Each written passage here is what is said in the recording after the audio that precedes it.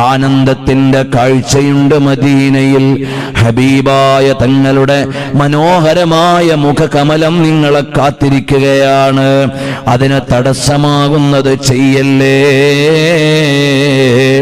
ഓ ഉമ്മപെങ്ങന്മാരെ, അനാവശ്യങ്ങളുടെ ലോകമാണ്. പുതിയ കാലത്തെ പരിസരങ്ങൾ മുഴുവനും തെറ്റിലേക്ക് നമ്മളെ ക്ഷണിക്കുകയാണ്.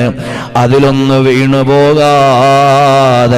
ഹബീബായ സല്ലല്ലാഹു അലൈഹി വസല്ലമ തങ്ങളെ ഉള്ളറിഞ്ഞും ഇഷ്ടം വെച്ചിട്ട് അനസ് ബിൻ മാലിക് തങ്ങൾ പറഞ്ഞല്ലോ, അൽ മർഉ മഅ മൻ അഹബ്ബാ. അതേ, ആരെയാണോ സ്നേഹം വെച്ചത് ആ സ്നേഹികളുടെ കൂടെയാണ് നാളെ പരലോകത്തെന്ന്. അതുപോലെ മുത്തുനബി തങ്ങളെ ഉള്ളറിഞ്ഞ് സ്നേഹിച്ചവരെ സ്നേഹിച്ച് ഹബീബായ തങ്ങളുടെ ജിവാറിലെത്താൻ ഞങ്ങൾക്ക് നീ തൗഫീഖ് നൽകണം അല്ലാഹ്.